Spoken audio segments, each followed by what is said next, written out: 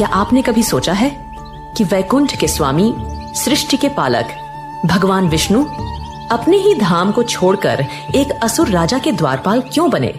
ये कहानी सिर्फ एक अवतार की नहीं, ये कहानी है एक वचन की, एक छल की और उस भक्ति की जिसने स्वयं भगवान को भी एक बंधन में बांध लिया था।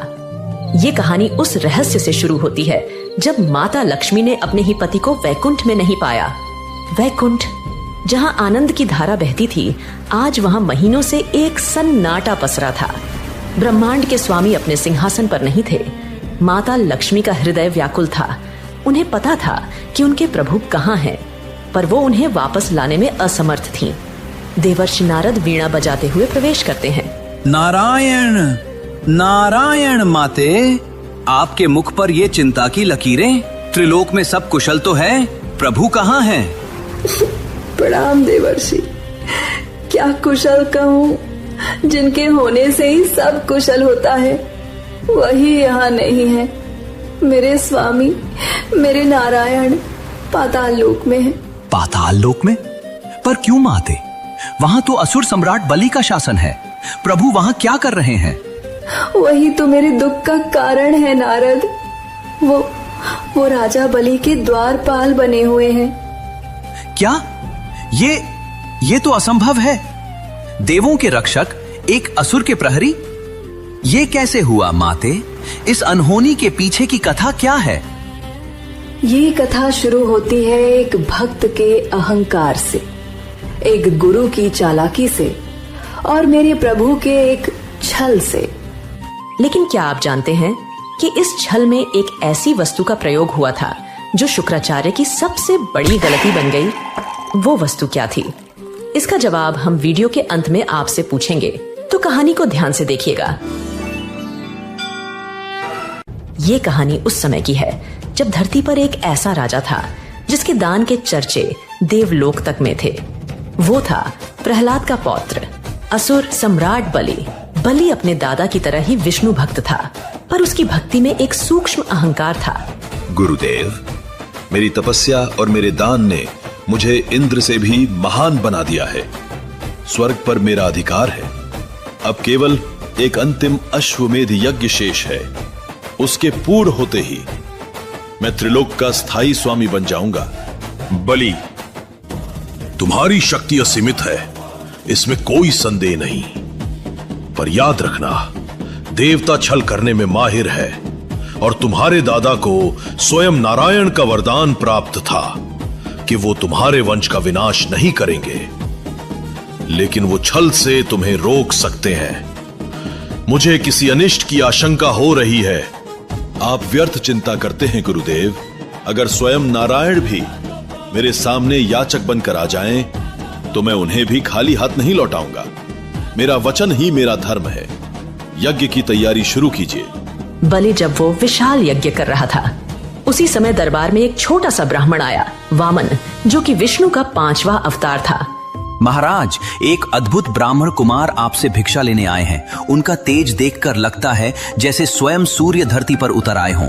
मेरे यज्ञ के समय आया याचक, ये तो मेरा सौभाग्य है। उसे सम्मान के साथ अंदर लाओ। वामन रूपी विष्णु धीरे धीरे चलकर बलि के सिंहासन के पास आते हैं। उनकी शांत आंखों में ब्रह्मांड की गहराई है। उनके एक हाथ में छाता था और दूसरे में पीतल से बना एक छोटा चमकता हुआ कमंडल। हे ब्राह्मण कुमार, आपका इस यज्ञ में स्वागत है। मैं प्रहलाद का पौत्र दानवीर बलि आपका अभिनंदन करता हूं। मांगिए, आपको क्या चाहिए? सोना, चांदी, गांव, हाथी, घोड़े? आज आप जो मांगेंगे वो आपको मिलेगा। राजन, मैं एक साधारण ब्राह्मण हूँ। मुझे धन दौलत का कोई लोभ नहीं। मुझे तो बस अपनी साधना के लिए 3 पग भूमि चाहिए, जिसे मैं अपने इन छोटे पैरों से नाप सकूं। 3 पग भूमि? और वो भी इन नन्हे पैरों से? हे बालक, तुम तो मेरे दान का उपहास कर रहे हो। मैं तुम्हें पूरी पृथ्वी दान कर सकता हूँ। कुछ ऐसा मांगो जो राजा बलि की शान के लायक हो। राजन, संतोष में ही सच्चा सुख है। अधिक की लालसा तो कभी समाप्त नहीं होती। मुझे केवल 3 पग भूमि ही चाहिए। अब अपने वचन से पीछे मत हटिए।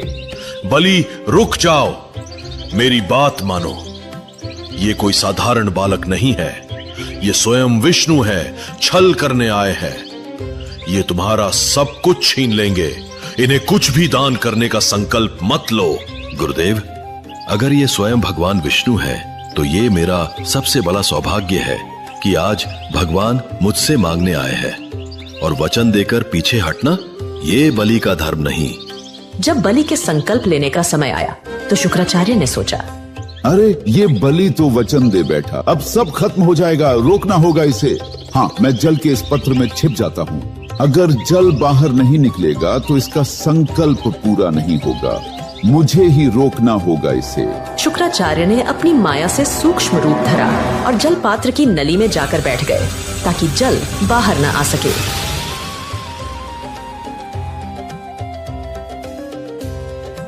अरे, जल क्यों नहीं निकल रहा? वामन सब समझ रहे थे। तभी वामन मुस्कुराए और उन्होंने सूखी नुकीली कुश घास का एक तिनका उठाया और मुस्कुराते हुए उसे पात्र की नली में डाल दिया। कुशा की नोक सीधे शुक्राचार्य की एक आंख में जा लगी। वो पीड़ा से छटपटाते हुए बाहर निकले। उनकी एक आंख हमेशा के लिए नष्ट हो गई थी। इसके बाद बलि ने अपना संकल्प पूरा किया और जैसे ही ये शब्द उसके मुख से निकले, इतिहास ने एक नया मोड़ लिया। उस छोटे से ब्राह्मण बालक का शरीर अब पूरे ब्रह्मांड में फैल रहा था। वो वामन नहीं, अब त्रिविक्रम थे। उन्होंने अपना पहला कदम उठाया और एक ही पग में समस्त भूलोक नप गया। उन्होंने अपना दूसरा कदम उठाया और दूसरे पग में संपूर्ण देवलोक और ब्रह्मलोक तक नप गया। विराट भगवान विष्णु बलि की ओर देखते हैं। बलि, तुम्हारे दान के अनुसार 2 पगों में मैंने पृथ्वी और स्वर्ग नाप लिए। अब बताओ, अपना वचन पूरा करने के लिए मैं तीसरा पग कहाँ रखूं? बलि के चेहरे से अहंकार का नकाब उतर चुका था। वो घुटनों के बल बैठ गया और हाथ जोड़ लिए। प्रभु, आपने मुझसे मेरा राज्य छीना, मेरा स्वर्ग छीना, पर आप मेरी भक्ति नहीं छीन सकते। ये शरीर नश्वर है, अगर कुछ बचता है तो वो है मेरा अहंकार। प्रभु, तीसरा पग मेरे इस अहंकार से भरे मस्तक पर रखिए और मुझे मुक्त कर दीजिए। नारायण की भक्ति तभी पूर्ण होती है जब उसमें प्रेम हो और स्मरण भी। अगर इस कथा ने आपके मन में भक्ति की एक लौ जगा दी हो तो वीडियो को लाइक जरूर करें और कमेंट्स में केवल नारायण नारायण ही नहीं बल्कि एक छोटा सा संदेश भी छोड़ जाइए। शायद यह संदेश नारायण के चरणों तक पहुंच जाए। प्रभु, आपने मुझे सब कुछ दिया, लोक, यश और कृपा, लेकिन मैं अब आपके दर्शन कैसे करूंगा? मैं चाहता हूं कि मैं हर दिन आपके दर्शन कर सकूं। कृपया मुझे इस एक आशीर्वाद से वंचित ना करें। हे बलि, तुम्हारी यह विनती भी स्वीकार है। मैं स्वयं सुतल लोक में निवास करूंगा, तुम्हारे द्वारपाल के रूप में, जिससे तुम रोज मेरे दर्शन कर सको। और इस तरह एक भक्त के वचन ने स्वयं भगवान को भी बांध लिया। तो क्या मेरे स्वामी को वापस लाने का कोई मार्ग ही नहीं है देवर्षि? क्या वो हमेशा के लिए एक प्रहरी बने रहेंगे? मार्ग है माते, हर बंधन को काटने का एक सूत्र होता है, पर इसके लिए आपको उस राजा के पास जाना होगा जिसने आपके पति को बंदी बनाया है, पर एक देवी के रूप में नहीं बल्कि एक बहन के रूप में। माता लक्ष्मी की आंखों में एक नई आशा की किरण चमक उठती है। माता लक्ष्मी ने एक साधारण स्त्री का वेश धरा और निकल पड़ी अपने स्वामी को वापस लाने। देवी, आप कौन है और इस तरह विलाप क्यों कर रही है? राजन, मैं बहुत अभागिन हूँ। आज रक्षा का पवित्र दिन है, पर मेरा कोई भाई नहीं है जिसकी कलाई पर मैं ये राखी बांध सकूं। बहन, आज से मुझे अपना भाई समझो। लाओ, मेरी कलाई पर ये रक्षा सूत्र बांधो।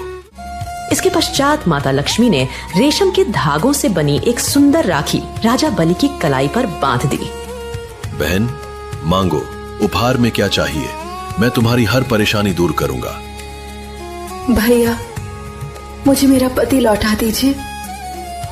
ये कैसी लीला है प्रभु, जिनके मैं पाताल के द्वार पर प्रतिदिन दर्शन करता हूं, जिन्हें एक भक्त की तरह निहारता हूं। आज उन्हीं के लिए एक बहन बनकर आप मेरे समक्ष खड़ी हैं। मेरा धर्म क्या कहता है? एक भक्त का समर्पण या एक भाई का वचन? एक पल की खामोशी के बाद बलि के चेहरे पर एक शांत मुस्कान आती है और वो हाथ जोड़ लेते हैं। नहीं, राजा बलि हार सकता है पर एक भाई नहीं। माते, आपने मुझे भाई बनाकर धन्य कर दिया। आपका पति आपका है, आप प्रभु को अपने साथ ले जा सकती हैं।